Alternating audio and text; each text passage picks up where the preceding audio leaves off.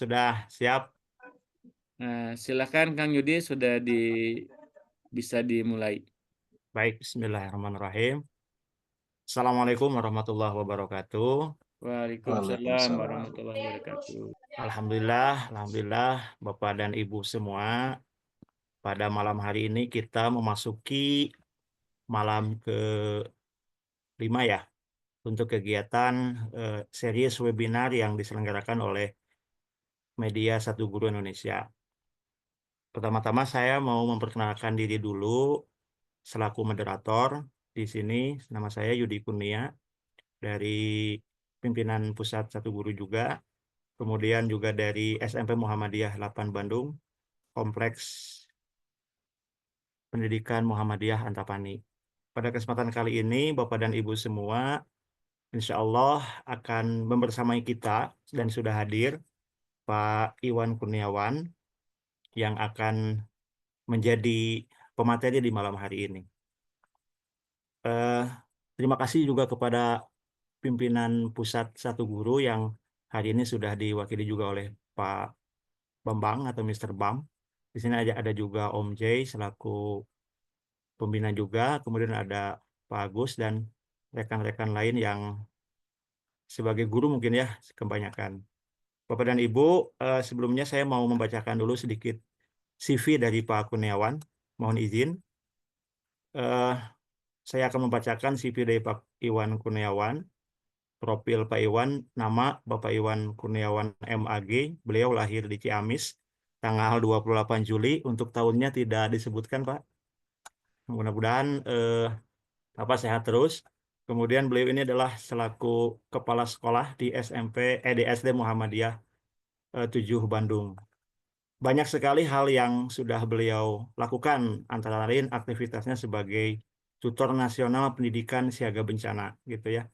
Kemudian juga sebagai narsum di P4 TK IPA. Banyak buku juga yang sudah beliau lahirkan, lebih cenderung kepada hal-hal yang berkaitan dengan anti korupsi gitu ya di sini. Kemudian juga ada cerita terkait dengan berguru di negeri Kangguru. Nah, ini adalah judul buku beliau yang sudah diterbitkan Pak ya. Dan di sini ada beberapa juga yang prestasi yang pernah diraih, yaitu juara 1 lomba kepala sekolah berprestasi tingkat Kota Bandung. Bahkan beliau juga eh, pernah meraih juara 1 lomba PTS Kepala Sekolah tingkat nasional tahun 2019. Dan pada saat ini beliau juga sebagai tim Diksuspala dan Penjaminan Mutu Nasional Majelis Diktasmen dan PNP PP Muhammadiyah gitu ya. Moto hidup beliau adalah sukses itu saat kita menjadi orang yang paling bermanfaat. Nah, itu sedikit CV dari Pak Iwan Kurniawan. Bapak dan Ibu, mungkin tidak berlama-lama lagi, saya akan Oke, sebelum kita mulai, Pak Iwan, mohon maaf, kita akan berdoa dulu menurut ajaran dan kepercayaan masing-masing. Bapak dan Ibu, dipersilahkan untuk berdoa.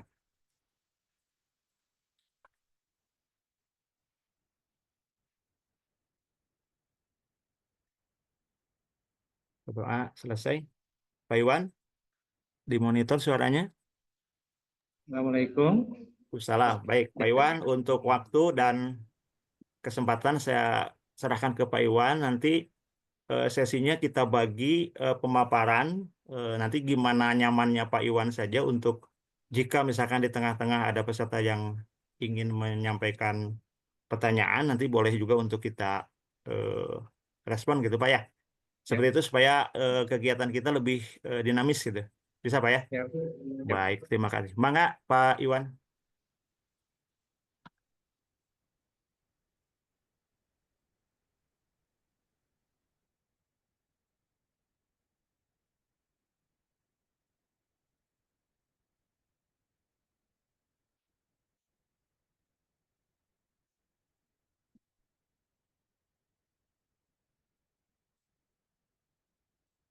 Bismillahirrahmanirrahim. Assalamualaikum warahmatullahi wabarakatuh.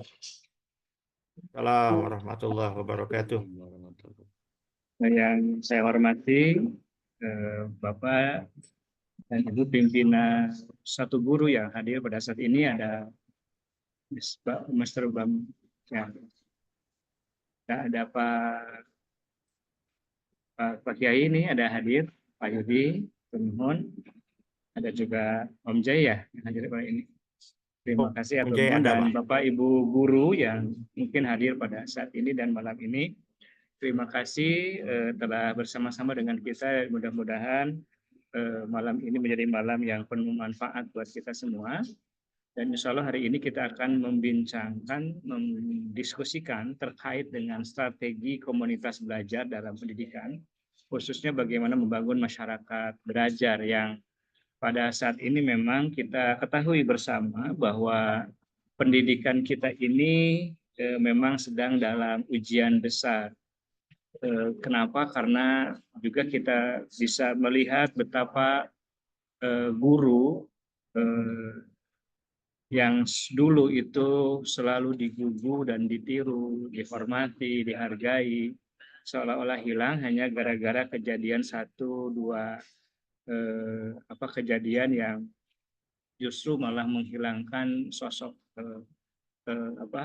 hasil dari pendidikan itu sendiri, di mana guru tidak lagi dihormati, tidak lagi dihargai.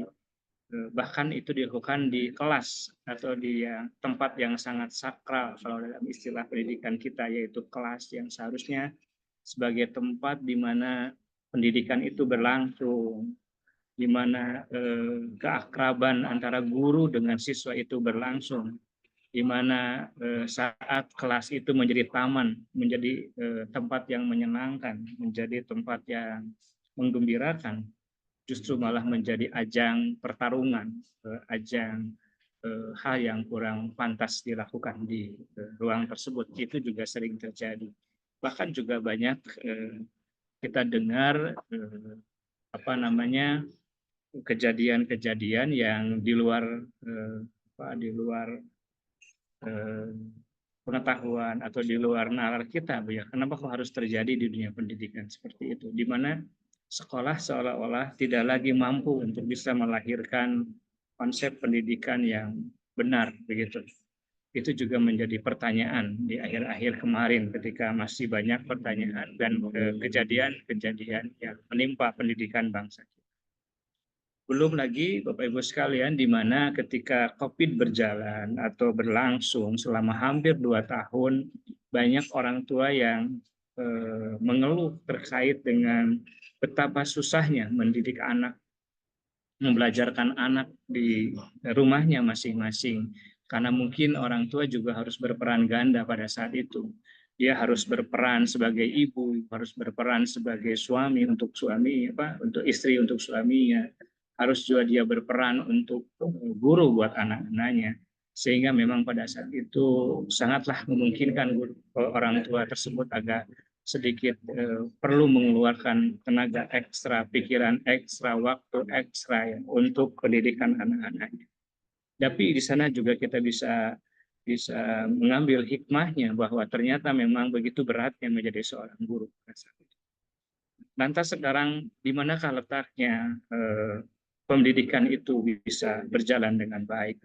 Ada 4 hal yang saya kira penting sebagai pilar pendidikan kita ke depan. Yang pertama yang harus kita Pak benahi Iwan, adalah, mohon maaf, untuk layar belum keluar ya? belum keluar. Belum, Pak. Sebentar.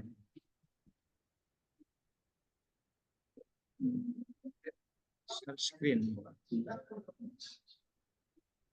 Sudah belum, Pak? Nah, sudah, Pak. Alhamdulillah. Sudah, Pak ya? Sudah. Oke. Nah ini makanya Bapak Ibu, saya kira ada 4 pilar yang mesti harus kita benahi. Yang pertama adalah sekolah. Sekolah memang harus dibenahi sebagai sebuah tempat, wadah, lembaga yang betul-betul menjadi tempat bagaimana anak-anak bisa mengeluarkan seluruh potensi dirinya dan agar anak-anak kita itu masuk ke sekolah dengan gembira, dengan senang, dengan nyaman. Bolehlah pertanyaan seorang wartawan yang disampaikan kepada Margaret Thatcher yang pada saat itu dia sedang menjadi pemimpin satu negara besar dan ditanya terkait dengan kenapa Anda menjadi negara maju. Dan pada saat itu jawabannya bukan karena ekonominya hebat, bukan karena militernya kuat, tapi jawabannya adalah apa yang terjadi di dalam kelas. Karena itu maka kelas harus menjadi tempat yang menyenangkan, menggembirakan buat anak-anak untuk menumbuhkan potensi yang ada dalam dirinya untuk tumbuh dan berkembang. Itu juga menjadi harapan sekolah itu akan kuat. Yang kedua, orang tua. Saya kira orang tua pun harus menjadi bagian tak terpisahkan dari peran kita untuk bagaimana menjadi tempat yang nyaman juga buat anak, agar anak bisa terbimbing dan terkendali punya kemampuan orang tua untuk bisa mendidik anak-anak. Pak Itu Iwan, juga ya Pak. boleh saya bantu untuk ininya kalau kesulitan untuk berpindah slide-nya? Slide-nya, oke, belum belum ini Pak. Belum. Oke, siap. Slide-nya pindahnya kemana? Belum pindah ya? Dikirim ke saya aja mungkin Pak, kalau Oke, slide-nya oke. nanti dibantu. Baik Pak, sebentar.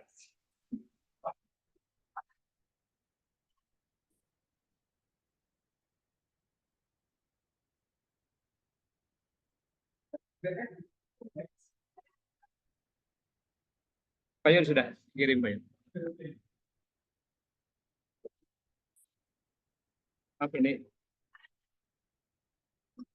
Sudah Pak ya? Lagi menunggu di download dulu Pak.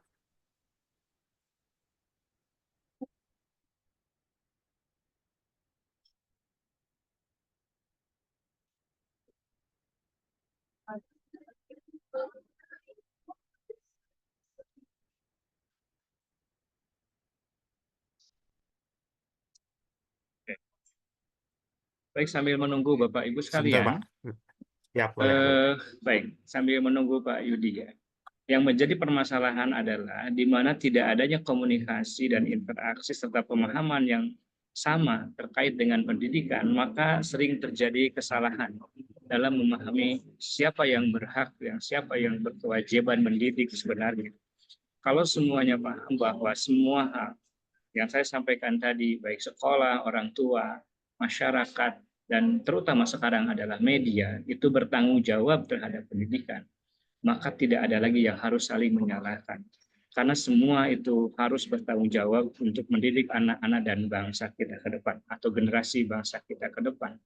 Nah, hari ini kita akan membahas tentang satu hal yang paling dan juga sangat penting adalah terkait dengan komunitas belajar atau masyarakat belajar. Saya kira ini sangat penting karena kita juga paham bahwa ada satu hadis Nabi yang mengatakan bahwa kullu mauludin yuladu alal fitrah. Setiap bayi yang lahir itu dalam keadaan suci, tergantung dari siapakah yang membentuknya. Bisa orang tuanya, bisa teman dekatnya, bisa sahabatnya, bisa bacaan yang dibacanya. Itu juga bisa mempengaruhinya. Oleh karena itu maka masyarakat itu sangat penting dalam mewujudkan. Oleh karena itu maka kita mempunyai strategi, mempunyai model, mempunyai contoh terkait dengan bagaimana kita ini punya keinginan untuk dan agar kita bisa memadukan ketiga empat hal tersebut, yaitu sekolah, orang tua, masyarakat, dan media itu mampu untuk menjadi kesatu paduan dalam bagaimana menjaga agar pendidikan ini bisa mencapai tujuan yang diinginkan. Nah, dalam komunitas belajar, tentunya ini juga sangat penting. Kenapa? Karena masyarakat itu sekarang sangat menentukan di mana anak-anak kita, apalagi yang sedang mencari jati diri, remaja, itu pasti punya komunitas, punya tempat, punya wadah untuk bersama-sama bergaul. Nah, ini yang jadi masalah. Karena maka tujuan untuk bagaimana komunitas itu berdiri, satu, meningkatkan kualitas pendidikan, dua, mengembangkan potensi lokal, tiga, mengurangi kesenjangan pendidikan, dan keempat, meningkatkan partisipasi masyarakat. Nah, inilah yang penting. Karena kualitas pendidikan itu akan semakin meninggi, akan semakin kuat, akan semakin hebat kalau masyarakat mendukung program bagaimana pendidikan itu bisa berlangsung. Contohnya Bapak Ibu sekalian, kalau di sekolah diterapkan agar anak-anak bangun subuh, bangun pagi, tapi di masyarakat tidak terbentuk itu, maka akan kesulitan kita membangun budaya eh, bangun subuh. Atau ketika ada budaya lagi beribadah, kalau masyarakat tidak memberikan dukungan terhadap budaya tersebut, maka otomatis tidak akan mungkin terwujud hal itu. Oleh karena itu maka komunitas belajar ini sangat penting. Apalagi komunitas belajar di masyarakat itu adalah komunitas yang lahir, yang muncul tanpa ada unsur-unsur ikatan dan keterkaitan dengan hal-hal yang tentunya akan menjadi bumerang atau menjadi beban buat kelompok itu sendiri. Karena biasanya komunitas belajar itu muncul dari kesepahaman, dari kesatuan visi, dari kemauan bersama, sehingga lahirlah wadah, lahirlah kesamaan kemauan gitu, sehingga terwujudlah apa yang dinamakan dengan komunitas tersebut dalam pendidikan, dalam pembelajaran. Maka sekalian, strategi dari komunitas itu adalah pendidikan berbasis komunitas, kerjasama dengan sekolah tentunya penting. Lalu 3, pengembangan sumber daya dan pengelolaan sumber daya. Nah, pengembangan sumber daya di sini karena memang di komunitas itu akan terdiri dari berbagai latar belakang, terdiri dari berbagai kemampuan, terdiri dari berbagai keterampilan. Oleh karena itu bisa dikembangkan, bisa ditingkatkan, jauh lebih punya kemampuan daya yang sangat kuat begitu Bu ya. Karena beberapa kemampuan itu berkumpul dalam komunitas. Beda dengan satu komunitas yang lain begitu Bu ya. Tapi dari komunitas belajar itu akan banyak orang yang punya berbagai kemampuan dan keterampilan. Contoh misalkan ada komunitas belajar yang tentunya juga merupakan wadah dari pergerakan dari organisasi profesi dan sebagainya. Saya kira itu juga banyak bertebaran di Indonesia.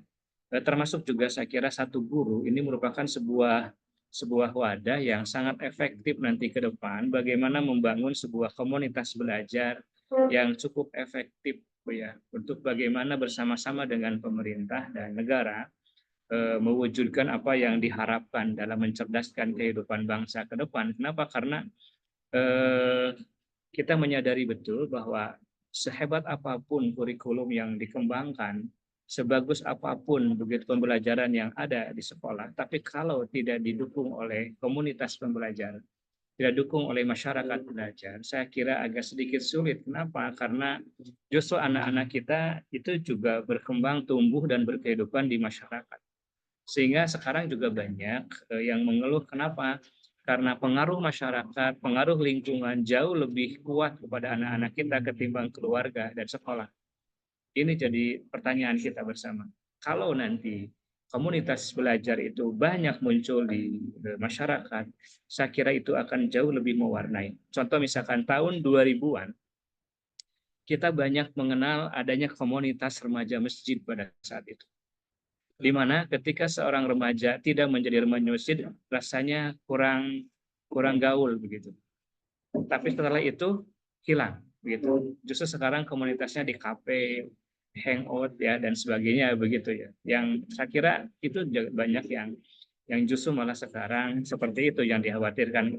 Dan munculnya di Kemendikbudrismen tentang 7 kebiasaan yang harus ditumbuhkan pada anak-anak yang terkait dengan pembiasaan sehari-hari dari mulai bangun tidur, ibadah, olahraga, makan bergizi, gitu.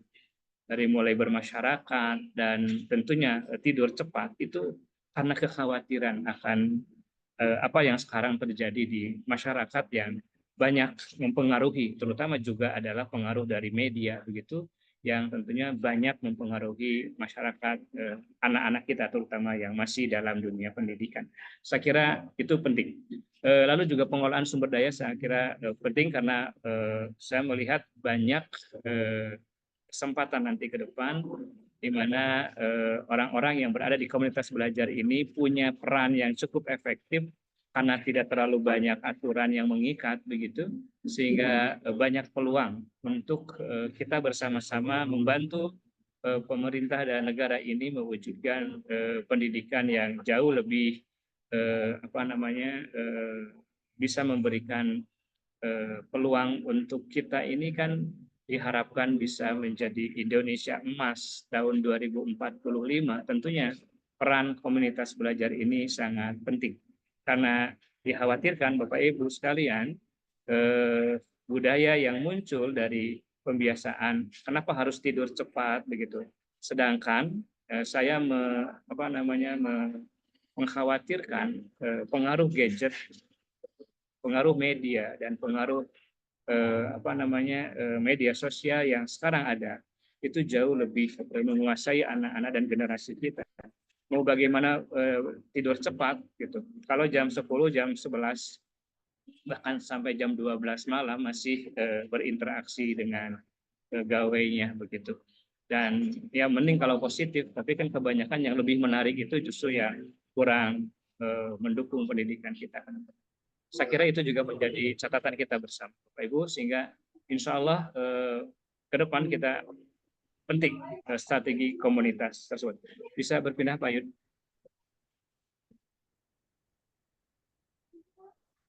Pak Yud bisa dipindah. Nah ini modelnya ada model partisipatif, ada model kolaboratif, dan ada model berbasis komunitas. Ini hanya teori ya Bapak Ibu. Saya kira pelaksanaannya nanti kita bisa wujudkan bersama. Lanjut Pak Yud.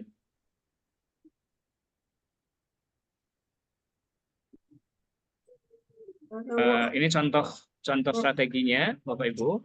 Ini ada program pendidikan orang dewasa, seperti yang biasa kita kenal dengan andragogi ya Bu ya. Ada program keterampilan bagi remaja. Saya kira ini sangat penting karena memang anak remaja kita nanti ya akan banyak berperan ya dalam mewujudkan Indonesia Emas 2045 ke depan.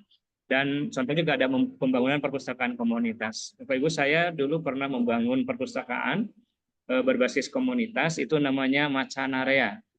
Macanarea itu Taman Bacaan Anak Kreatif. Jadi saya dirikan itu di sentra-sentra perumahan padat penduduk di kota-kota besar dan juga di daerah-daerah, dan buku-bukunya disiapkan juga berdasarkan titipan dari orang-orang yang mungkin peduli juga terhadap perpustakaan. Di sana juga kita tunjuk pengelolanya dan lebih kepada bagaimana membangun kreativitas anak bukan hanya membaca, sehingga judulnya itu namanya Macanarea, artinya banyak bacanya kalau dalam bahasa Sunda. Jadi itu adalah contoh dari perpustakaan komunitas. Saya kira itu penting. Kenapa? Karena pada saat itu kami berharap agar bisa menyaingi warung-warung game ya, game online pada saat itu. Tapi sekarang game online-nya udah hilang juga karena sekarang game online-nya udah dipegang di tangan. Saya kira seperti ini jadi tantangan lebih kuat lagi nanti di komunitas belajar. Lanjut Pak Yud. Oke, terima kasih Pak Yud. Saya kira ini salah satu bahasan yang sangat penting. Saya kira ingin saya mantik pertanyaan ini. Dan mudah-mudahan ini menjadi kajian kita bersama betapa pentingnya sebuah komunitas, sebuah masyarakat belajar untuk bisa memastikan bahwa pendidikan di sekolah dan pendidikan di rumah tangga atau di keluarga itu bisa terwujud karena juga didorong dan didukung oleh pendidikan di masyarakat atau komunitas belajar. Terima kasih Pak Yud. Assalamualaikum warahmatullahi wabarakatuh. Waalaikumsalam warahmatullahi wabarakatuh. Terima kasih Pak Iwan. Ini materinya sangat menarik ya terkait dengan bagaimana strategi komunitas untuk pendidikan di Indonesia. Tadi juga Pak Kurniawan sudah memberikan macam-macam hal terkait dengan komunitas tersebut.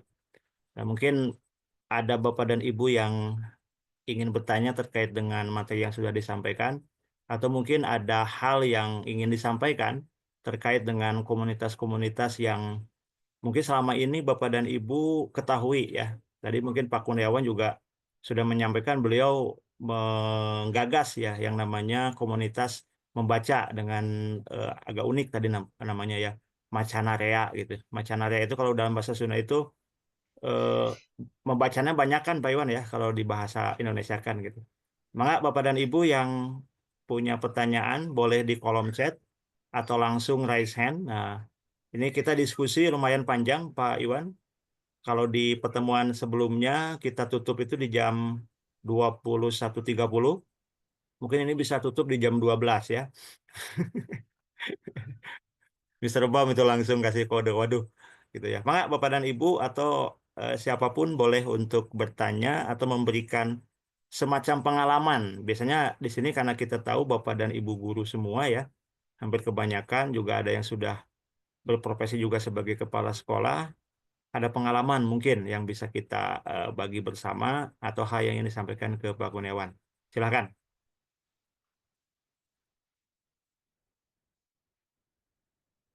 Kalau belum ada, saya izin sharing, Kang Yudi. Boleh, boleh Ya, silakan, Mister Bang. yang pertama, terima kasih Pak Iwan sudah memberikan materi. Kenapa materi ini misalnya kita sampaikan ya. Kalau bicara tentang komunitas itu rasanya menjadi hal yang perlu juga kita kelola dengan baik ya, termasuk perannya satu guru gitu. Bahwa satu guru punya punya kewajiban atau mengambil peran untuk mengadakan kegiatan-kegiatan seperti ini. Tadi Pak Iwan juga sudah sampaikan, satu guru bisa jadi apa? Jadi komunitas gitu. Nah, mudah-mudahan ini bisa dimanfaatkan. Tapi hal yang biasanya Pak Iwan ya, kalau yang saya rasakan berdasarkan pengalaman itu, misalnya di SMP Taruna Bakti ada Kombel itu sekitar 8 kelompok ya. 8 kelompok terdiri dari sekitar 8 guru, 8 sampai 10 lah. Itu ada 8 kelompok dan isinya tuh berbeda mata pelajaran gitu Pak Iwan gitu. Nah, memang tantangannya itu adalah sebetulnya membangun kesadaran gitu. Kesadaran bahwa kita tuh merasa nggak kita berkomunitas. Gitu kan. Kalau pengalaman saya pribadi yang harus ditumbuh kembangkan itu justru rasa ingin belajarnya itu Pak Iwan. Rasa ingin apa ya? Haus untuk bisa berbagi, bisa kemudian kita share karya gitu kan atau brainstorming dengan sejawat gitu atau mungkin di masyarakat lebih ya saya punya pengalaman di masyarakat ketika punya taman bacaan masyarakat gitu ya. Saya dari 2011 membangun taman bacaan gitu kan. Itu juga sama gitu.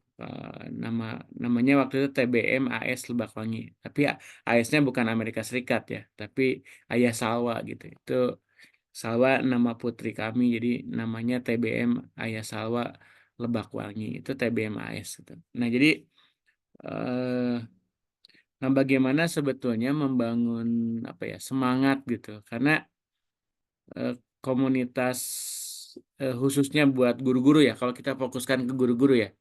Tadi Pak Iwan menyampaikan agak cukup luas sebetulnya bahwa komunitas belajar bisa dikembangkan. Yang saya akhirnya tangkap itu bahwa proses pendidikan itu tidak terjadi hanya entitas guru saja gitu, tapi keluarga, masyarakat, lingkungan, sekarang ditambah satu lagi ya media ya Pak Iwan.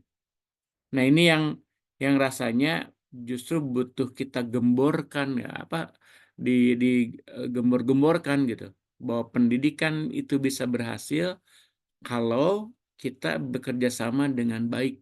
Entitas-entitas itu atau kita bisa sebut komunitas itu juga bisa berjalan baik gitu. Termasuk maaf ya, misalnya perilaku-perilaku para pejabat gitu. Itu di sekolah diajarkan jujur, tapi setiap minggu ada aja misalnya berita korupsi gitu. Itu nggak jadi kontraproduktif gitu.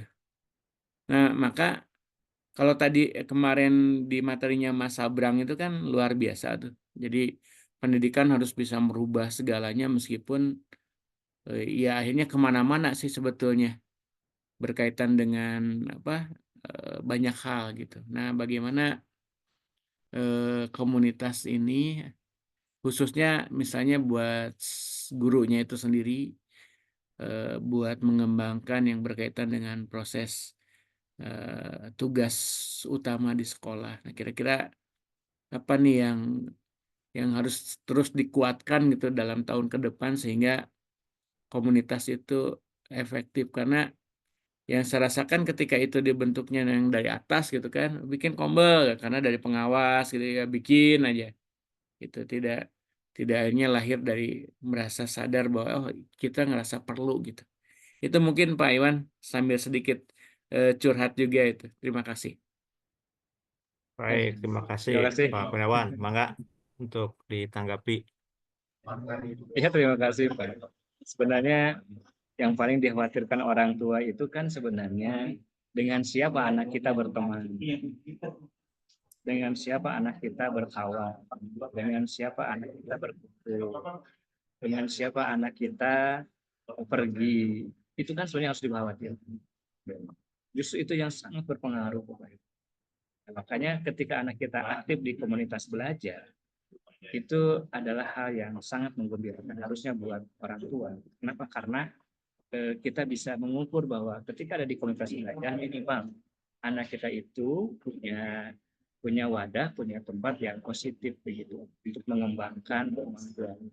Itu justru ketika banyak komunitas belajar, maka peluang buat anak kita untuk masuk dalam lingkungan yang benar, lingkungan yang kita inginkan itu terbuka. Tapi kalau di lingkungan kita banyak komunitas-komunitas yang justru malah bukan komunitas belajar, saya kira justru kita harus khawatirkan karena pengaruh itu masyarakat itu jauh lebih kuat ketimbang kita sebagai orang tuanya. Oleh karena itu maka mudah-mudahan ke depan lebih banyak lagi komunitas belajar yang muncul sehingga anak-anak kita bisa terwadahi keinginannya, kemampuannya,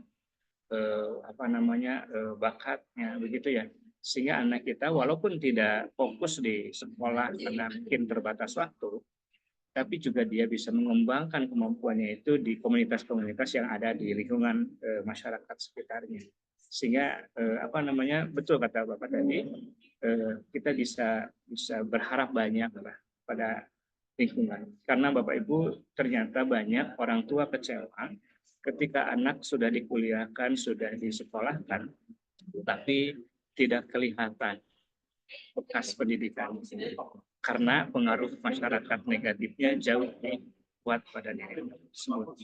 Itu juga menjadi hal yang tentunya harus kita waspadai bersama, dan kita harus bersyukur ketika anak kita masuk dalam komunitas-komunitas belajar yang punya waktu khusus untuk anak kita mengembangkan potensi. Saya kira itu yang menjadi harapan kita pada depan. Dan insya Allah satu guru diantaranya adalah sesuatu yang bisa mewujudkan itu, karena satu guru memang ingin menjadikan pembelajaran itu menyenangkan, pembelajaran itu membuat asik, menarik, begitu ya. Tidak hanya terpaku pada apa yang sekarang ini menjadi kekurangan guru dalam mengajarkan karena terjebak pada administrasi, terjebak pada materi begitu, sehingga ruhnya itu tidak ada. Nah, satu guru itu menawarkan konsep pembelajaran guru yang tentunya punya ruh yang kuat, bagaimana membangun pendidikan Indonesia ke depan lebih baik.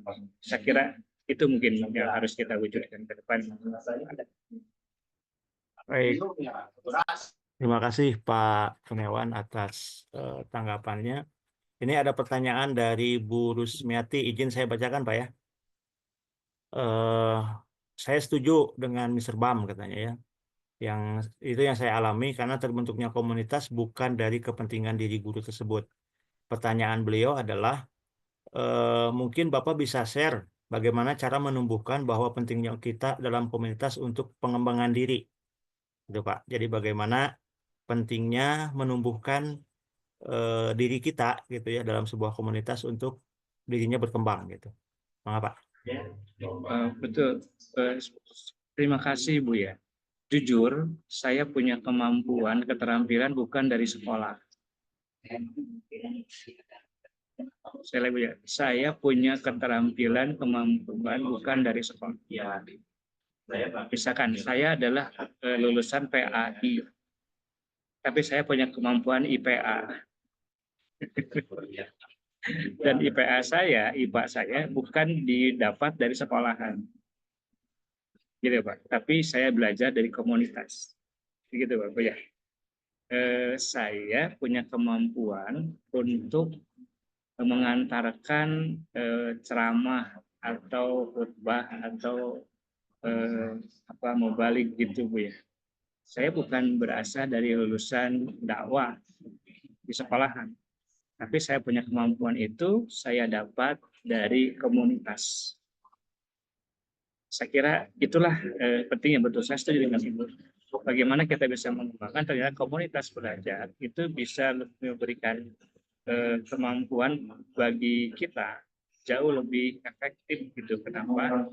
Karena tentu kata Ibu tadi tidak ada hal lain gitu ya kecuali keinginan, kejernihan gitu, ingin mendapatkan sesuatu, dan yang mengajarkannya pun biasanya juga tidak punya kepentingan lain kecuali ingin menyampaikan dengan rela, dengan ikhlas gitu Bu ya, agar tumbuh masyarakat. Contoh gini, ustadz-ustadz di masjid itu dengan rela hati mengajarkan anak-anak kita ngaji, anak-anak kita ilmu agama, begitu.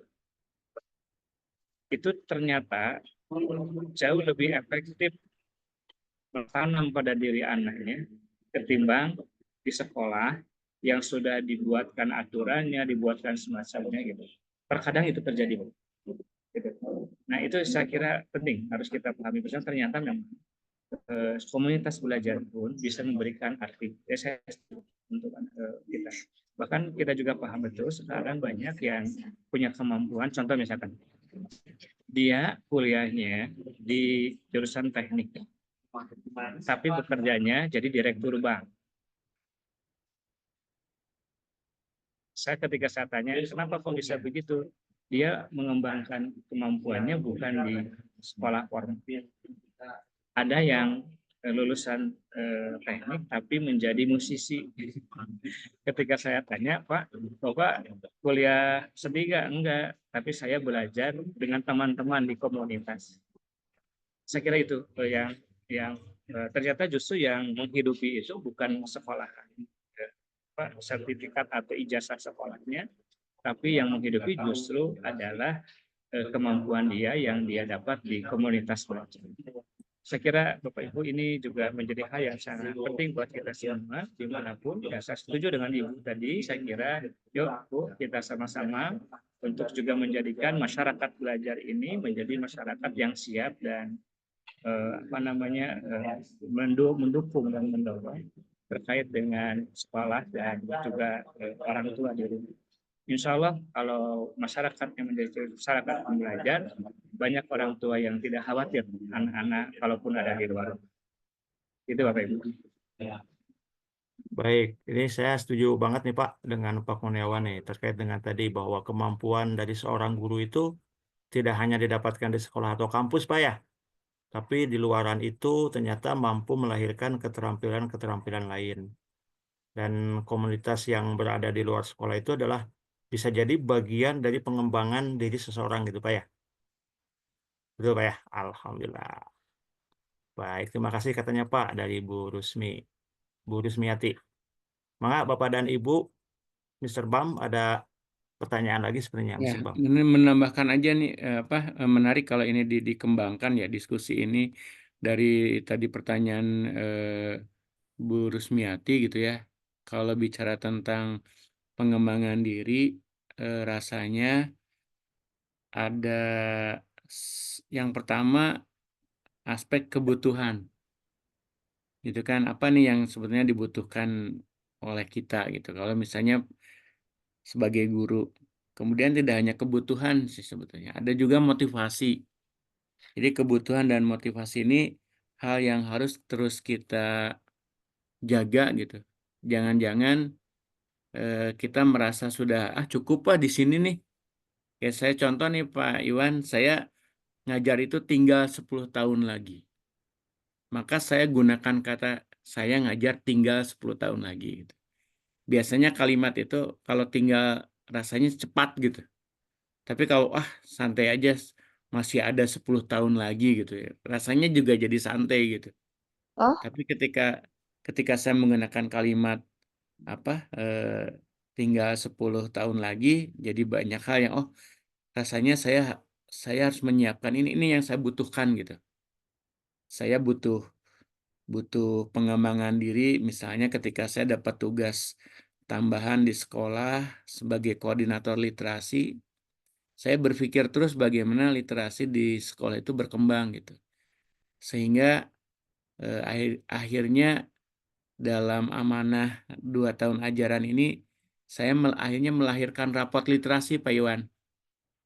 Melahirkan rapot literasi, menghasilkan jurnal ilmiah tentang poin literasi atau politera. Nah, ini bagi saya sesuatu yang menantang buat diri sendiri gitu. Jadi bisa awalnya dari kebutuhan atau juga keinginan yang kemudian dikembangkan terus, termasuk bagaimana menjaga motivasi ini agar kita merasa tertantang terus untuk bisa bisa berkarya. Ini melengkapi aja tambahan dari untuk Bu Rus. Itu saja, terima kasih Pak Iwan. Kang Yudi. Baik, terima kasih Pak Bambang atau Mr. Bam ya. Baik, Bapak dan Ibu, tampaknya belum ada chat lagi yang masuk atau ada yang raise hand. Mangga dipersilahkan. Kita ini aja, Mr. Bam ya, kita diskusi saja mungkin ya untuk Ya, betul, betul. pertemuan ini, karena tadi dari Pak Kurniawan juga memantik kita untuk apa yang terjadi dengan lingkungan di kita, misalkan di sekolah Bapak dan Ibu terkait dengan komunitas ini. Apalagi di waktu yang lalu ya, itu sangat ramai sekali dengan adanya komunitas belajar, di mana para guru lintas mata pelajaran berkumpul ya, Mr. Bam, untuk betul-betul berkomunikasi, kemudian juga bekerja sama untuk bisa melahirkan bisa jadi model-model pembelajaran ataupun hal-hal yang baru yang terkait dengan bagaimana membelajarkan siswa. Nah, sebagai guru juga sebetulnya mudah-mudahan di sini Bapak dan Ibu semua aktif dalam komunitas belajar yang ada ya. Mr. Bam juga sebagai bagian dari musyawarah guru mata pelajaran atau di MGMP ya. Dan ini juga bisa jadi salah satu bentuk komunitas guru itu sendiri ya, karena tadi ada konsep anggotanya, ada konsep tujuan yang ingin dicapainya, barang-barang seperti apa gitu ya, ada kegiatannya dan lain-lain. Mangga Bapak dan Ibu, ini kesempatan sangat terbuka luas, silahkan di sini banyak yang juga di luar Jawa Barat ya, ada yang juga di luar Pulau Jawa, mungkin ada pengalaman yang terkait dengan bagaimana Bapak dan Ibu eh, dalam konsep komunitas gitu ya. Bahkan tadi disampaikan oleh Pak Kurniawan bahwa komunitas ini kontribusinya cukup besar ya Pak Iwan ya dalam konsep pendidikan gitu ya dari orang tua, dari yang lain-lain. Nah, mangga Bapak dan Ibu dipersilahkan kita jadi diskusi terbuka ya Bapak dan Ibu ya. Mungkin dari Pak Heri dari Jakarta, terus di sini juga ada Ibu Yulia Ratnaningsih dari SMPM 8. Ada Pak Asep Juanda, mangga. Ada Budiah tuh, Budiah. Bu Diah, mangga Bu. Bu Diah. Bu Diah,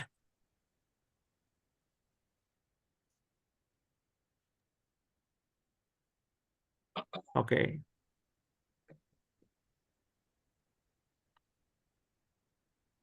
Mangga, Bapak dan Ibu.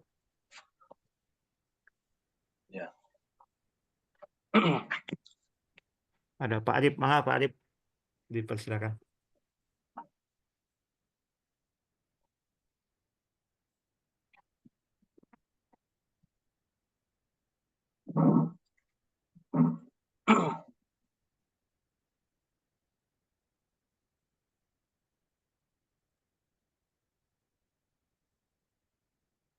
Pak Arif,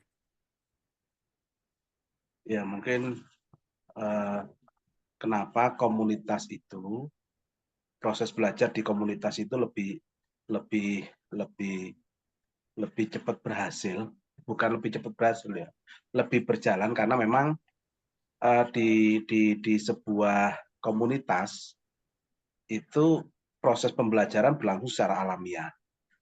Contoh misalnya ketika anak-anak itu terlibat dalam sebuah organisasi, baik itu kepramukaan, kemudian OSIS, ataupun organisasi-organisasi yang lain, ataupun komunitas-komunitas yang lain, proses pembelajaran itu berlangsung secara natural gitu. Mereka mengalami, mereka juga belajar dari pengalaman itu, sehingga mereka bisa lebih secara natural mengalami proses pembelajaran. Itulah kenapa menurut saya memang komunitas-komunitas dalam berbagai macam bentuk itu memang perlu kita dorong di satuan pendidikan supaya anak dapat tumbuh berkembang sesuai dengan potensinya masing-masing.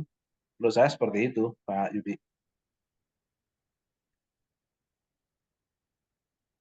baik Pak, terima kasih. Dan Bapak punya pengalaman juga mungkin ya di pembinaan konsep yang tadi bahwa ternyata apa kecepatannya lebih cepat ketimbang belajar di kelas misalkan gitu ya. Ya, karena memang harus kita akui, terkadang di dunia pendidikan ini, guru-guru kita masih terjebak pada paradigma bahwa guru itu adalah mentransfer ilmu. Jadi mereka hanya menyampaikan ilmu pengetahuan dan anak-anak dituntut untuk bisa memahami pengetahuan itu. Karena itu pendekatan yang sekarang dilakukan dengan pembelajaran yang berpusat pada siswa itu kan diharapkan anak melakukan aktivitas untuk mendapatkan sebuah pemahaman atas sebuah konsep. Nah, tetapi di luar itu, anak-anak juga perlu kita kembangkan melalui komunitas-komunitas, entah itu sebuah organisasi ataupun komunitas apapun, yang itu memang menjadi konsen, menjadi sesuatu daya tarik dari mereka. Contoh misalnya anak-anak yang konsen di kepramukaan, ya sudah biar anak-anak berproses di sana, dan di situ banyak pengetahuan, banyak pengalaman yang bisa dipetik oleh anak-anak.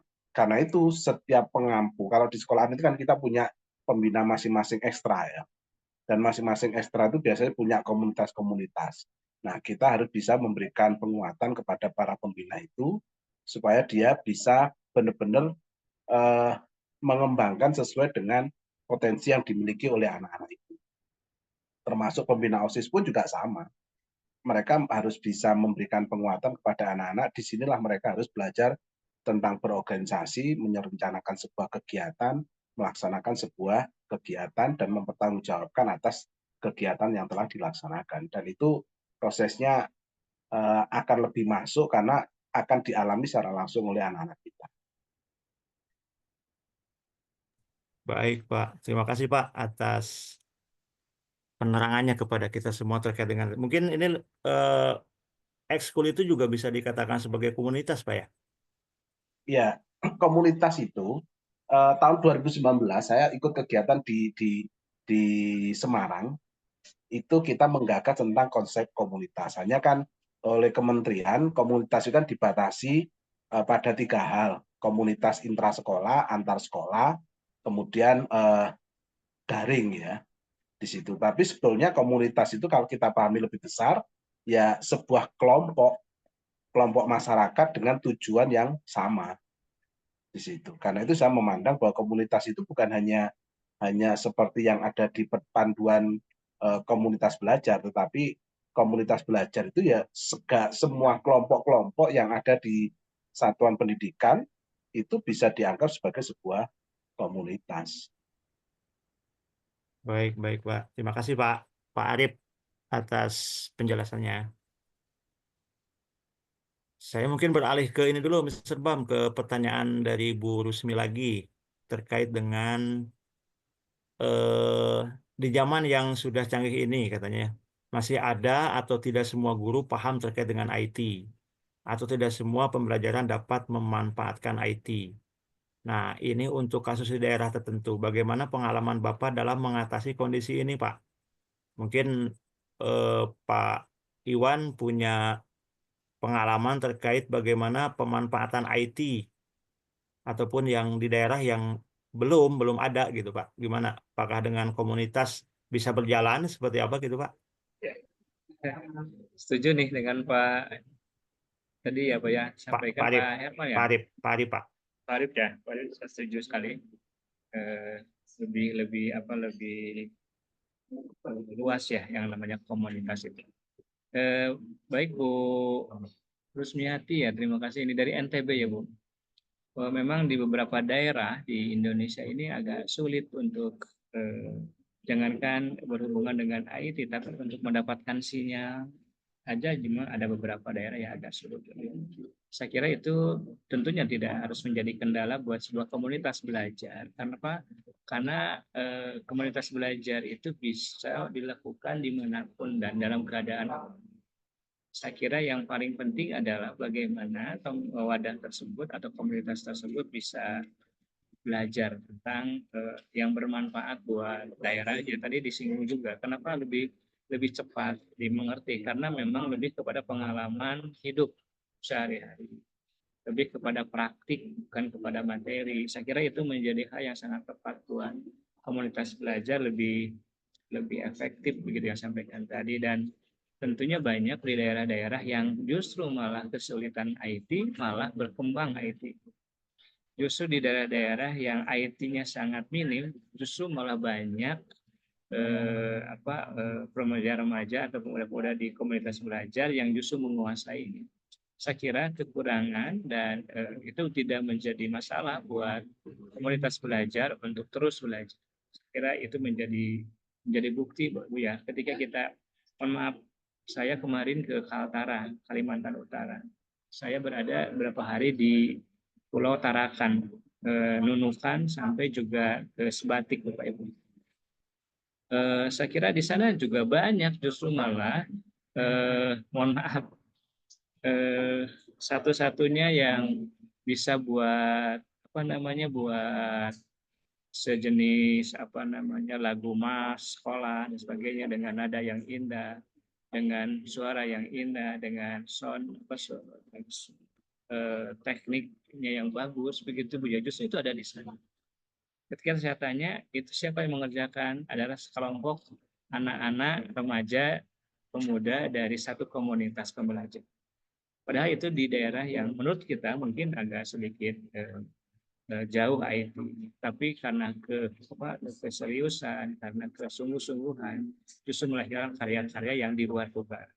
Saya kira itu menjadi pengalaman menarik buat saya, sehingga kemarin saya juga minta beliau-beliau ini bisa nggak mengarrangement memvideokan, bahkan membuat video lagu dengan lagu dan sebagainya, atau beliau siap mampu. Nah, itu juga menjadi hal yang tentu bagi kita, insya Allah ya, kekurangan tidaklah harus mundur, tapi justru kekurangan itu akan lebih semangat, dan insya Allah Ibu juga mungkin pasti akan menemukan hal itu, di mana kita ini banyak tantangan, maka di balik tantangan itu ada sebuah keinginan untuk bisa mewujudkan jadi peluang.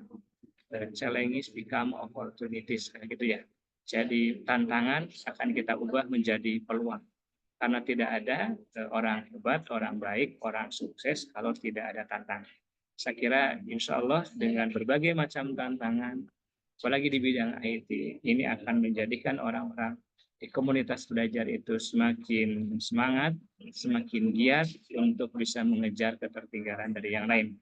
Justru malah yang difasilitasi, yang diberikan kemudahan, banyak yang justru malah tidak memberikan yang terbaik. Saya kira itu menjadi hal yang baik buat kita semua. Itu mungkin Bu, sesuai dengan pengalaman saya. Baik, terima kasih Pak Iwan, mudah-mudahan bisa menjawab ya Ibu Rusmiati terkait dengan pertanyaan tadi.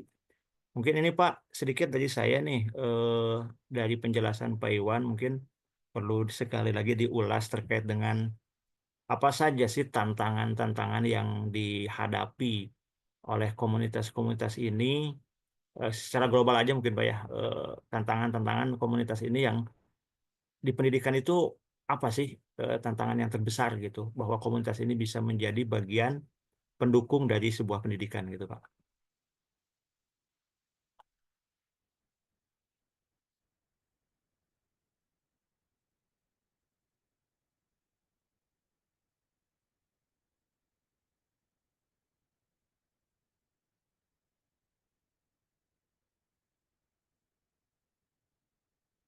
Apakah suaranya terdengar Pak?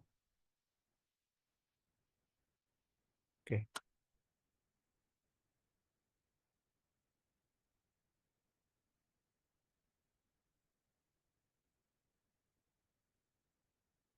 masih di mute Pak?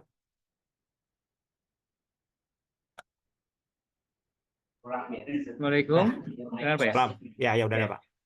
Eh, yang menjadi tantangan buat komunitas pembelajar atau komunitas belajar itu diantaranya adalah keterbatasan sumber daya itu pasti Pak. Yang kedua, kurangnya kesadaran berkomunitas atau kesadaran komunitas itu juga menjadi tantangan buat kita. Nah, ini yang paling penting, adanya konflik kepentingan.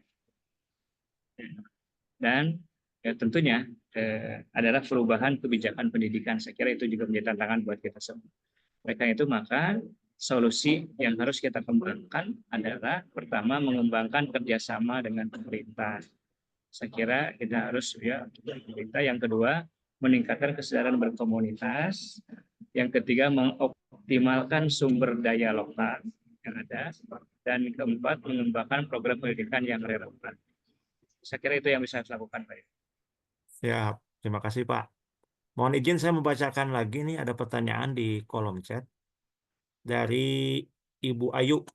Ibu Ayu tertarik dengan penjelasan Pak Arif, ini mungkin ke Pak Arif Pak, tentang komunitas. Keberlangsungan kegiatan komunitas akan lebih hidup jika didasarkan pada kebutuhan.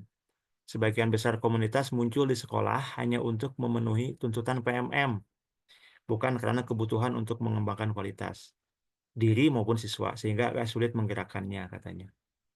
Begitu Pak, untuk memenuhi tuntutan pemerintah bukan karena untuk meningkatkan kualitas. Oh ini pernyataan Bu ya, dukungan untuk pernyataan yang disampaikan oleh Pak Arif.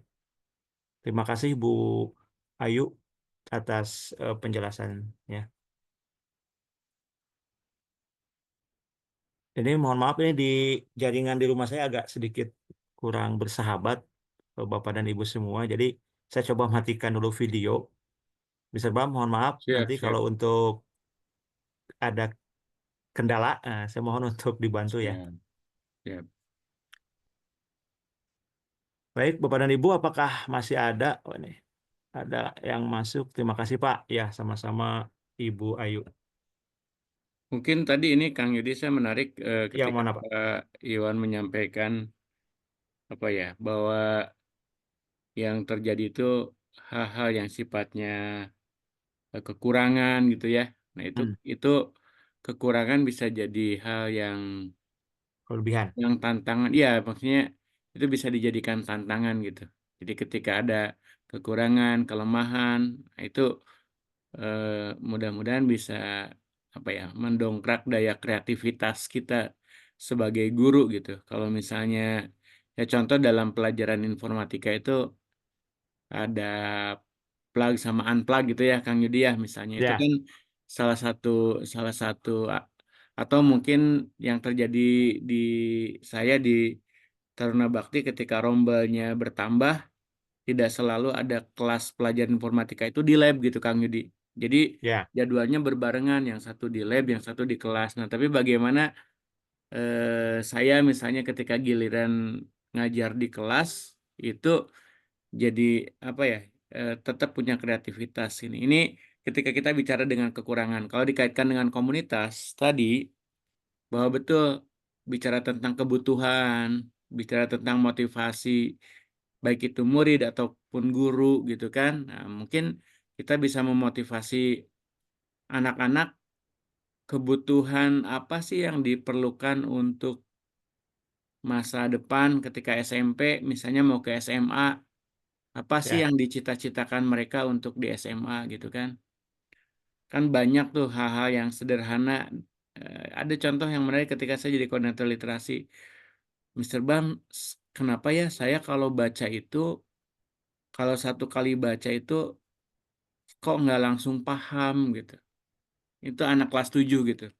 Dan saya senang gitu dapat pertanyaan seperti itu gitu. Artinya anak merasa, oh ya, saya ada kurangnya nih ya. Saya bilang, ya kamu coba yang tidak pahamnya apakah dari kata-katanya atau menerjemahkan kalimat, memahami kalimat atau seperti apa.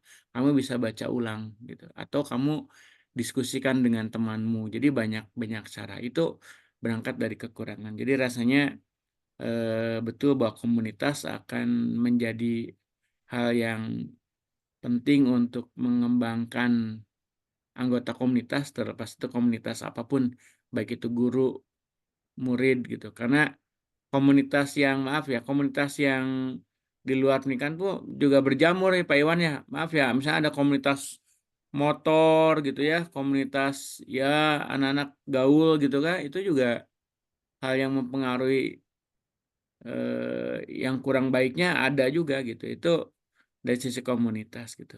Mungkin ini menambahkan saja. Terima kasih Kang Yudi. ya, baik. Terima kasih Mr. Bam. Ini berbicara tadi dari Pak Arief, dari Pak Kurniawan, juga teman-teman yang lain, guru-guru yang lain. Ini saja teringat pernyataan kemarin nih, Mr. Bam, dari Mas Abrang, yang kita bahas juga sebetulnya ya di grup terkait dengan just-in-time learning. Bahwa pembelajaran yang fokus pada satu material itu, Mr. Bam, dan waktu yang pas gitu, dan waktu yang tepat disampaikan gitu ya. Ini jadi apa ya, menginsight saya untuk hal lain terkait dengan pembelajaran yang mungkin diperlukan ketika pembelajaran perlu materi ini, maka yang disampaikan adalah ini misalkan itu ya. Contoh misalkan pembelajaran terkait dengan life skill misalkan seperti itu ya, Mr. Bam. Nah, ini sepertinya bukan agak, sebenarnya nyambung sekali nih dengan komunitas.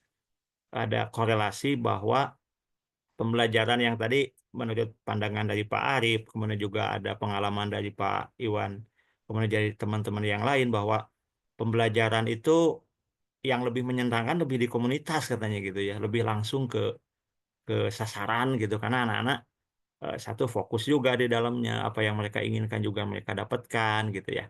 Oke, seperti itu Pak Mr. Bam. Iya, eh, tadi yang disampaikan oleh Pak Arief itu memang ya kayak di apa kegiatan OSIS, menjadi pembina OSIS, kemudian mengajarkan mungkin OSIS SMP sama SMA pasti berbeda ya. Mungkin kalau di SMA dilepasnya udah lebih banyak dibanding di SMP. SMP peran gurunya masih lumayan lah. Mungkin di SMA udah ada beberapa yang kegiatan yang dilepas gitu ya. Di SMA tuh pengalaman saya juga waktu di SMA begitu diminta lebih bertanggung jawab, begitu punya kreativitas atau ide yang memang harus lebih dibandingkan SMP. Dan itu juga akan menambah apa ya, pengalaman saya berorganisasi di sekolah pun akhirnya menjadi modal untuk kehidupan selanjutnya ketika jadi guru, ketika bermasyarakat. Karena waktu di sekolah misalnya berorganisasi. Jadi artinya kalau bicara tentang menarik sebenarnya ketika kemarin bicara tentang pendidikan yang disampaikan oleh Mas Abrang itu kan begitu.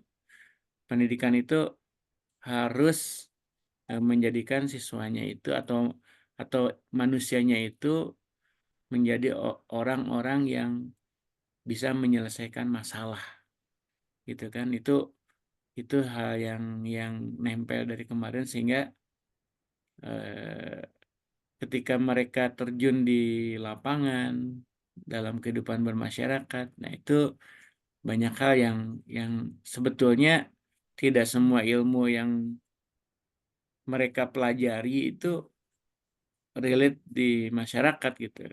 Nah itu juga hal yang menarik gitu. untuk apa? Untuk bisa mengembangkan komunitas. Itu paling Kang Yudi. Baik, terima kasih Mr. Bam. Ini kita masih ada waktu setengah jam nih, Bapak dan Ibu semua.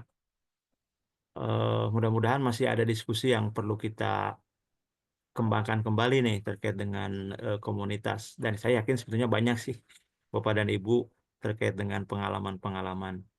Nah, di sini ada Pak Wahyu nih, alhamdulillah udah masuk. Apakah, ini pertanyaan nih Pak Wahyu, mungkin Pak Iwan, apakah kelas bisa dianggap sebagai komunitas sehingga pembelajaran bisa disesuaikan dengan keadaan di dalam kelas, peran guru hanya membimbing saja? Nah, ini pertanyaan dari Pak Wahyu. Pak Iwan, mangga untuk menanggapi. Sebenarnya, baik, terima kasih. Saya sebenarnya setuju ya bahwa kelas itu harus jadi sebuah komunitas belajar juga, karena sebenarnya kelas itu kan jangan menjadi tempat terpenjaranya siswa dengan empat dinding itu sebenarnya. Yang namanya kelas itu kan bukan hanya itu, tapi juga bisa dimanapun kita belajar, karena anak-anak kita bisa di luar, bisa di mana saja. Saya kira setuju Bapak. Walaupun sebenarnya memang kelas itu kan diciptakan, dibuat khusus untuk dengan aturan-aturan, sehingga memang tuntutan, target dan sebagainya itu dibuat begitu ya, dengan berbagai ketentuannya, administrasi dan sebagainya. Saya kira itu juga sangat sangat penting untuk kita jawab gitu ya, bahwa kalau kita ingin menjadikan kelas kita sebagai sebuah komunitas belajar yang sesuai dengan apa yang kita inginkan tadi, berarti memang kita harus menciptakan itu. Karena mohon maaf ya, sekolah itu kan konon kabarnya berasal dari kata sekolah, artinya taman. Yang di taman itu tidak terlalu banyak aturan-aturan yang justru malah menjadi tidak nyaman di taman tersebut, gitu maksud saya. Tapi di taman itu diciptakan untuk dan agar orang bisa senang, bahagia, gembira berada di sana. Maksud saya bahwa ciptakanlah kelas yang nyaman, senang, dan bahagia. Itulah contoh komunitas belajar di kelas yang sesungguhnya buat anak-anak kita.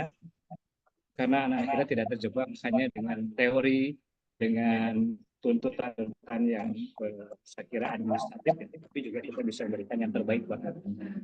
Itu mungkin Bapak ya, saya kira. Baik, terima kasih Pak Iwan.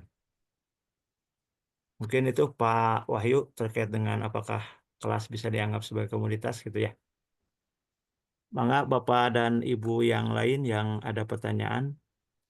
Di sini dari pertanyaan Bu Emi, apa langkah-langkah yang dapat kita ambil untuk membangun komunitas belajar yang berkelanjutan di lingkungan sekitar?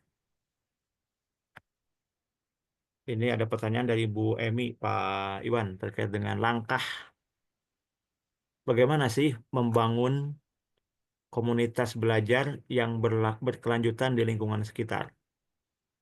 Seperti itu, Pak.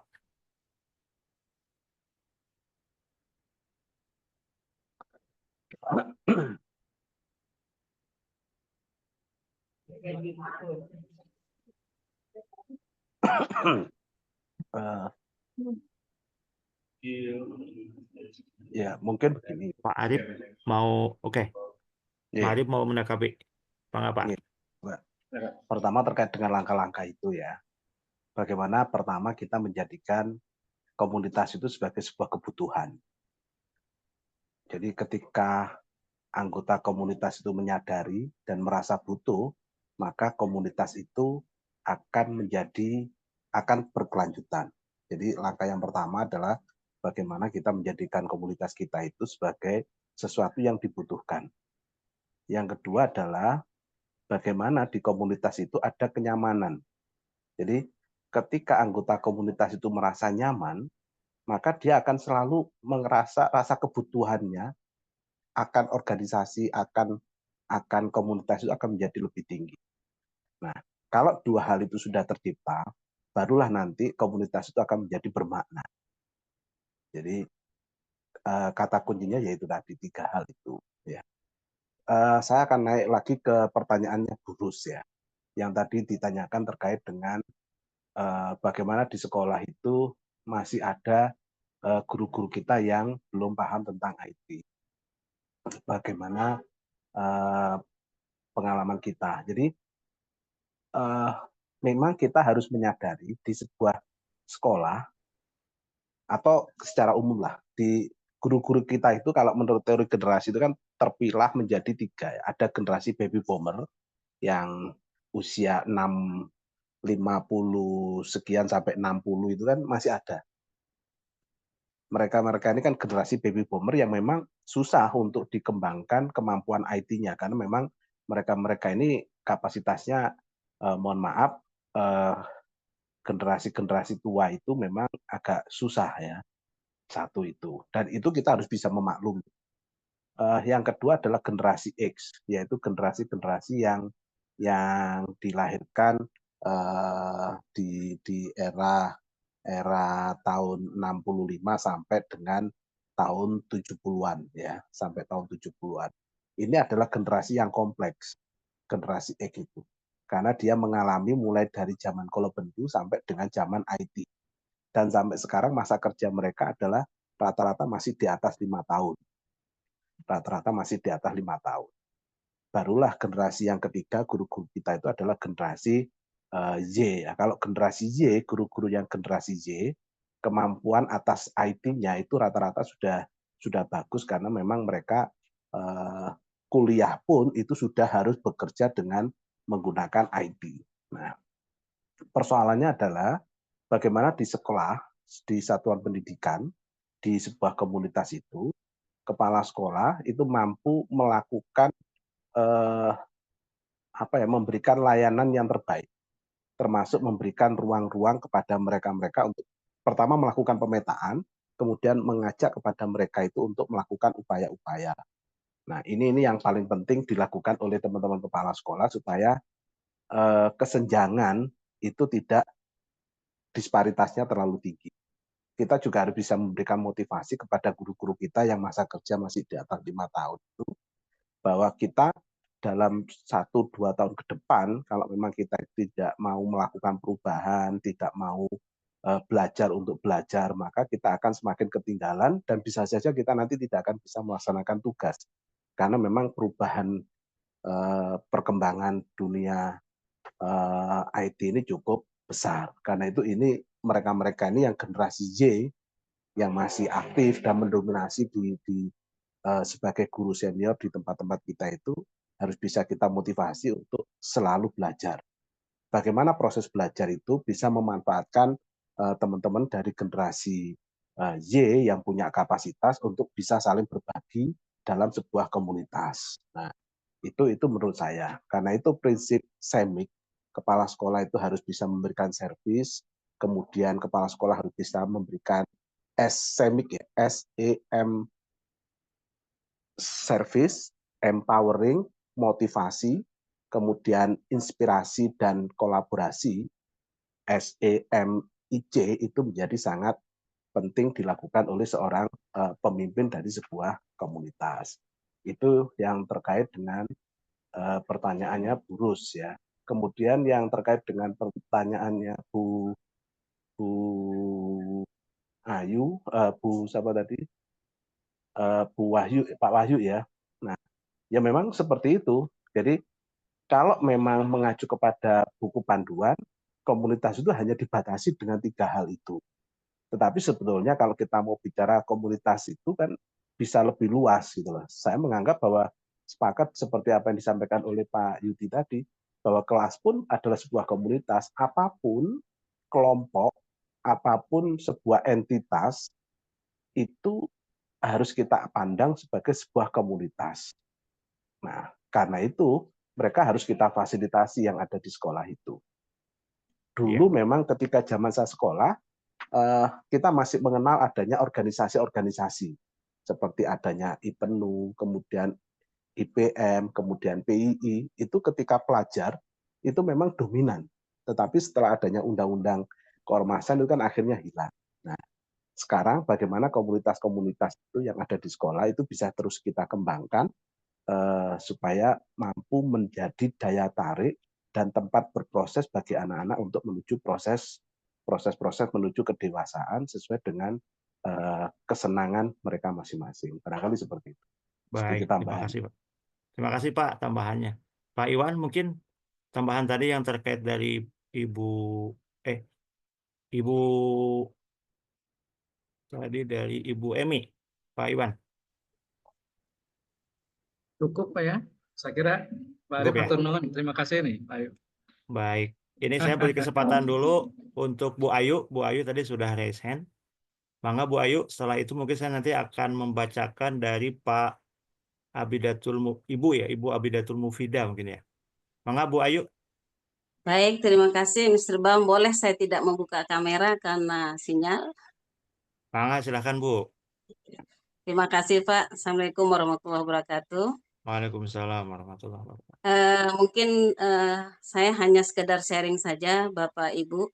Karena tadi saya tertarik dengan apa yang disampaikan oleh Bapak-Bapak, terutama Pak Arief tadi tentang kebutuhan yang membuat sebuah komunitas itu akan berjalan atau memiliki kegiatan yang lebih hidup.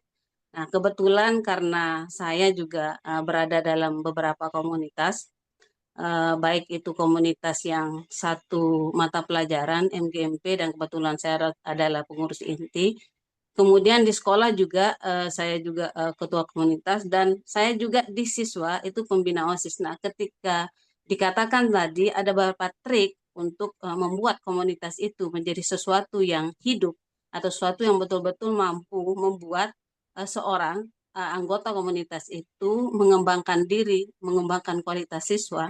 Ini karena belajar dari 3 komunitas ini saya katakan kenapa saya sepakat dengan Mbak Arief bahwa ini didasarkan pada kebutuhan itu yang paling penting, Bapak Ibu. Karena ketika di MGMP itu saya lihat lebih hidup. Karena apa? Kebutuhan kita sama. Kebutuhan kita sama-sama mengalami kesulitan yang sama juga, terutama di bidang pembelajaran. Karena materi kita tentu saja sama karena mata pelajaran kita sama. Nah, yang agak sulit adalah di komunitas sekolah, guru di sekolah. Karena mungkin pertama pembentukannya itu berdasarkan karena tuntutan, bukan sebuah kebutuhan. Nah, kenapa saya katakan tuntutan? Karena di dalam PMM itu rata-rata sekolah diminta untuk membuat sebuah komunitas. Sehingga apa? Ada keterpaksaan bagi sebagian rekan-rekan untuk mengikuti kegiatan. Nah, berbeda dengan siswa, karena saya di OSIS itu pembina, OSIS itu hampir 12 tahun, Bapak Ibu, pengalaman saya, ada sesuatu yang menggerakkan, yang membuat anak-anak itu memiliki keinginan yang besar untuk tetap aktif dalam komunitas itu. Kenapa? Karena ada pembelajaran yang berbeda yang ditemukan selain di kelas. Di kelas tentu pelajaran-pelajaran yang sudah biasa mereka hadapi, yang biasa mereka terima, tetapi di OSIS berbeda. Nah, itu komunitas yang di luar dari kelas, di luar dari pembelajaran. Nah, sehingga apa? Yang dibutuhkan ketika menghadapi anak-anak, terutama karena saya mengajar di SMA, yang notabene-nya anak-anak yang masih berjiwa aktif, kemudian betul-betul kreatif, sehingga disulut sedikit saja atau diberikan motivasi itu membuat mereka tidak perlu kita terlalu banyak ikut bergerak, tetapi memberikan mereka arahan saja itu sudah mampu mereka melakukan hal-hal yang mungkin jauh dari apa yang kita bayangkan, jauh dari ekspektasi kita. Nah, kreativitas mereka muncul karena apa? Mereka butuh komunitas yang yang diinginkan oleh teman-temannya, yaitu berkumpul untuk membuat kreasi-kreasi. Nah, ini 3 komunitas ini membuat saya sepakat dengan Pak Arief tadi. Pertama itu kebutuhan, kedua motivasi, terutama dari ketuanya atau orang-orang yang memang berada di depan. Nah, itu dibutuhkan juga oleh anggota komunitas. Nah, selain itu, teladan. Sebagai orang yang terdepan, itu seharusnya mampu memberikan teladan. Sehingga muncul kesadaran yang diberikan kepada anggotanya. Anggota ini akan melihat siapa yang ada di depannya. Sehingga teladan ini juga akan membangkitkan kreativitas mereka untuk tetap aktif dan menghidupkan komunitas itu. Nah, itu pengalaman saya di 3 komunitas ini, sehingga bisa membedakan mana yang karena keinginan, niat, dan kebutuhan, dan mana yang hanya tuntutan di luar dari diri sendiri. Ini beda hasilnya ketika dalam komunitas itu. Baik dari kegiatannya, dampak dari kegiatan itu, dan seterusnya. Nah, itu hanya sharing saja Bapak Ibu, Baik. mudah-mudahan ada yang bisa diambil manfaatnya. Terima kasih Bapak Ibu. Assalamualaikum warahmatullahi wabarakatuh. Waalaikumsalam. Terima kasih Bu Ayu tambahannya ya. Ini ada pertanyaan lagi Pak Iwan saya bacakan Pak Iwan ya. Pak, mohon maaf izin bertanya, mungkin ini di luar materi katanya. Bagaimana pandangan Bapak tentang seberapa penting kegiatan outing kelas, Pak? Misalnya kunjungan ke museum yang diharapkan akan membawa kesan mendalam dalam pembelajaran. Apakah kegiatan tersebut bisa digantikan melalui video-video pembelajaran saja? Itu Pak. Terkait dengan outing kelas, Pak. Pak Iwan, gimana nih? Ini lagi hangat ya Pak ya. Ya, Karena betul. memang dulu itu ada istilah, terima kasih nih pertanyaannya sangat kekinian lah karena memang kemarin ada beberapa hal yang terkait dengan permasalahan perjalanan ya, yang tentunya justru malah menyedihkan begitu, karena itu juga jadi kajian kita ke depan betapa memang namanya outing class itu merupakan sebuah pembelajaran yang harusnya dikemas lebih lebih efektif gitu, karena yang namanya lingkungan itu kan bukan tempat rekreasi saja ya. Yang namanya tempat lingkungan pembelajaran itu bukan hanya objek wisata. Saya kira itu juga menjadi catatan kita ke depan. Jadi bisa dilakukan di lingkungan sekitar, itu lebih juga gitu ya, apalagi untuk anak-anak anak-anak kecil di SD misalkan kelas 1 gitu. Yang kedua juga saya kira tergantung dari tujuan dan niat dilaksanakan Bapak Ibu ya. Ada juga mengatakan bahwa ini kesalahannya ada di di perjalanan travelnya. Ada yang mengatakan kenapa harus ada outing dan sebagainya. Kalau dirunut dari salah dan tidaknya, mungkin kan Bapak Ibu kita juga bisa yang namanya kecelakaan dan kematian sebenarnya itu jangankan naik mobil, sedang berada di rumah pun kalau sudah berkendak itu juga ada yang menjawab begitu. Saya kira untuk meluruskan adalah bahwa seberapa penting outing class itu bisa diukur dari seberapa manfaat gitu ya. Outing class itu dilakukan untuk anak-anak kita ke depan. Nah, itu juga menjadi hal yang tentunya harus diukur oleh Bapak Ibu guru dan sekolah. Kalau memang itu bermanfaat, dampaknya positif, dampaknya bagus untuk anak-anak kita bisa berkembang dan sebagainya. Sehingga dulu itu ada istilah outing class itu tidak boleh lepas dari tujuan pembelajaran. Nah, sekarang justru yang lebih kelihatannya justru rekreasinya, bukan belajarnya. Nah, itu juga menjadi hal yang tentunya harus menjadi catatan kita semua. Nah, oleh karena itu maka sekalian tentunya juga ada tahapan-tahapan yang harus dilakukan. Kemana?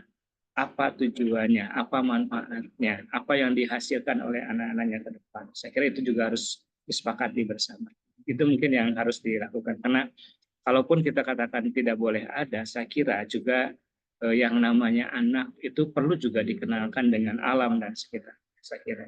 Tapi bagaimana pengenalan itu tentunya harus sesuai dengan tujuan dan langkah-langkah yang saya kira itu yang harus kita lakukan untuk untuk ke depan gitu. Saya kira penting agar setiap sekolah punya langkah, punya program, punya pengelolaan pengelolaan outing class itu dengan baik. Saya kira itu yang paling penting, terutama komunikasi dengan orang tua. Saya kira itu. Ketika orang tua sudah menyetujui dan paham tentang tujuan, saya kira orang tua tidak akan banyak berkomentar. Tapi kalau tidak, itu pasti akan membuat tidak nyaman buat kita semua. Tapi insya Allah kalau sudah dikomunikasikan, kesepakatan bersama, tujuannya jelas, manfaatnya jelas buat anak dan sebagainya, insya Allah itu juga bermanfaat buat anak-anak kita. Itu Baik, mungkin. Terima baik kasih. Pak. Itu ada tambahan sedikit. Kalau dengan video katanya bisa mewakili nggak Pak? Kalau misalkan pembelajarannya itu hanya melalui video gitu.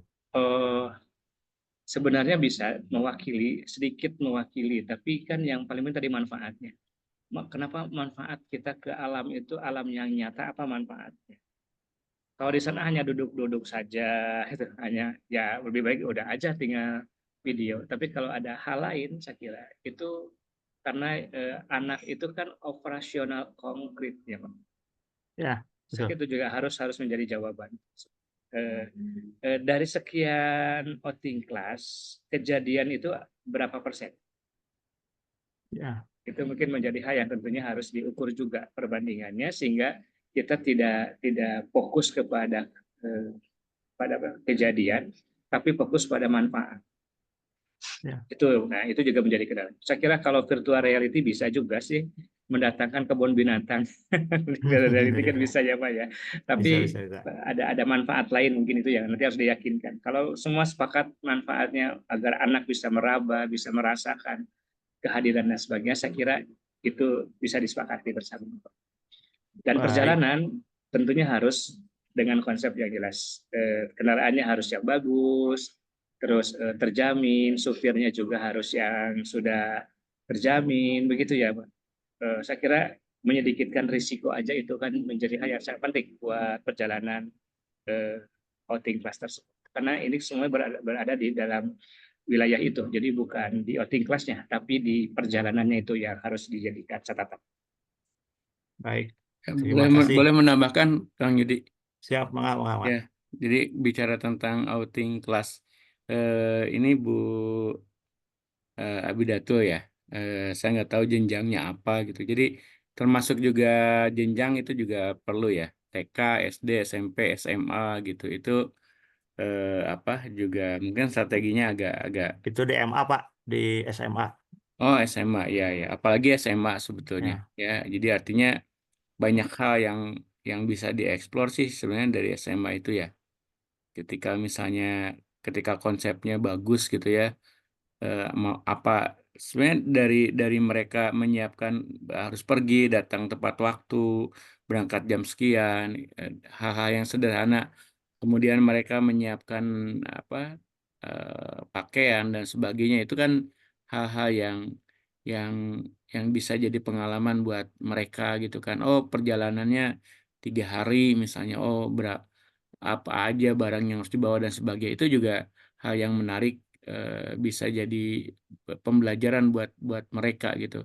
Kemudian bagaimana menyajikan aktivitas dalam outing kelas itu gitu. Itu juga perlu diramu sedemikian rupa sehingga tadi betul kata Pak Iwan, jangan dominan rekreasinya gitu, tapi hal-hal pembelajarannya juga juga ada gitu. Mungkin itu sebagai tambahan Kang Yudi. Ini waktu sudah sudah. 21.18 nih. Ya, betul. Mungkin karena waktu sudah 21 lebih 20 kalau di sini ya, kurang lebih. Ya, Bapak dan Ibu, mungkin kita akan sama-sama mendengarkan dulu eh, closing statement mungkin ya dari Pak Iwan terkait dengan materi yang sudah disampaikan.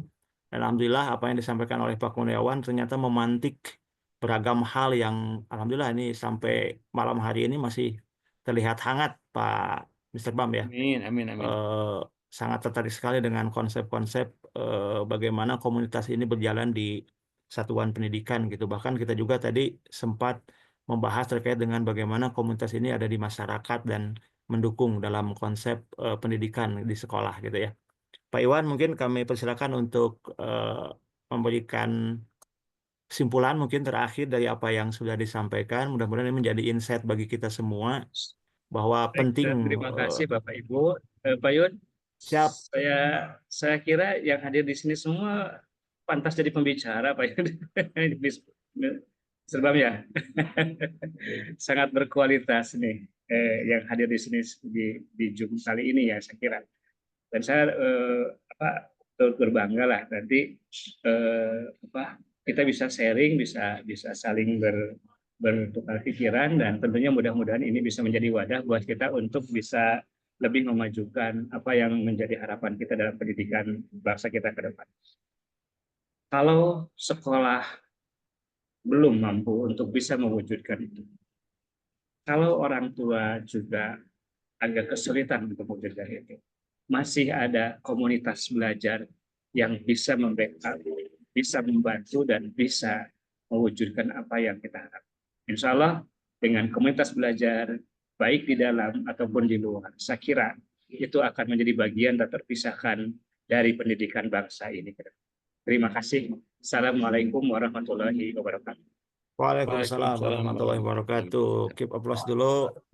Kita berikan react untuk Pak Iwan yang sudah memberikan insight-nya untuk kita semua. Bapak dan Ibu, terima kasih sudah membersamai di hari yang kelima di Satu Guru Indonesia. Ya, insya Allah kita masih ada 2 malam lagi ya, Mr. Bam, yang insya Allah akan semakin seru. Ke depannya kita akan tutup di tanggal 1 gitu ya, untuk kegiatan series webinar dari media Satu Guru Indonesia. Bapak dan Ibu, terima kasih sekali lagi saya ucapkan dari tim juga Satu Guru Indonesia atas waktu dan Bapak Ibu semuanya di malam hari ini. Semoga apa yang kita sampaikan atau yang sudah disampaikan oleh Pak Iwan ataupun narasumber sebelumnya bermanfaat untuk kita semua. Terima kasih Mr. Bam, terima kasih juga semuanya. Pak Iwan, terima kasih atas waktunya. Selamat di perjalanan, Pak. Terima kasih, Pak. Mungkin langsung Ini pulang, ada Pak ya. Pak Is juga ada hadir ya. Hatur Pak nuhun, Is ya, Pak Is. Pak Is. Hatur Oh nuhun ya, Pak Is. sangat. Mangga, Hatur mangga. nuhun, Pak Kei semua, Pak Mas Rubab. Hatur nuhun. Sehat-sehat semua. Kita belum foto bersama. Oh iya, Sebelum kita foto ini bersama dulu. udah Mr. apa Bam, belum tadi ya? bisa dibantu, Mr. Bam? Bisa. Siap. Yang berkenan membuka kamera silahkan, yang tidak juga nggak apa-apa, sudah ada mewakili namanya ya. Oke, slide 1 dulu. 300 triliun. Oke, sekarang slide kedua, sebentar saya simpan dulu.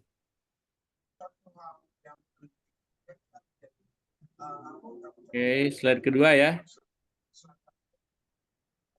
6,5 tahun. Ya. Kang Yudi yang bilang tahun, saya nggak bilang tahun. Lagi viral. Itu angka-angka lagi ngetren. Pak Arif, makasih nomor handphonenya ya. Sama-sama. Nanti mudah-mudahan bisa ngobrol. Kita ingin 2025 Satu Guru makin mengakar ya. Kalau 33 PW sudah ada, mudah-mudahan PD-nya sudah berkembang ya. Minimal di Jawa Barat ada Kota Bandung, Kabupaten Bandung, Bandung Barat, atau di provinsi-provinsi lain. Mari kita kembangkan ya. Terima kasih Kang Yudi, terima kasih yang sudah bertugas. Pak Iwan, semuanya, Pak Isnawan, Pak Agus. Sampai ketemu di 2 hari ke depan. Masih ada besok Pak Dr. Dedi, dan terakhir kita simpan terakhir Pak Dr. Cahyana. Terima kasih. Saya izin ruangannya saya tutup. Selamat beristirahat. Salam sehat buat keluarga semuanya. Terima kasih.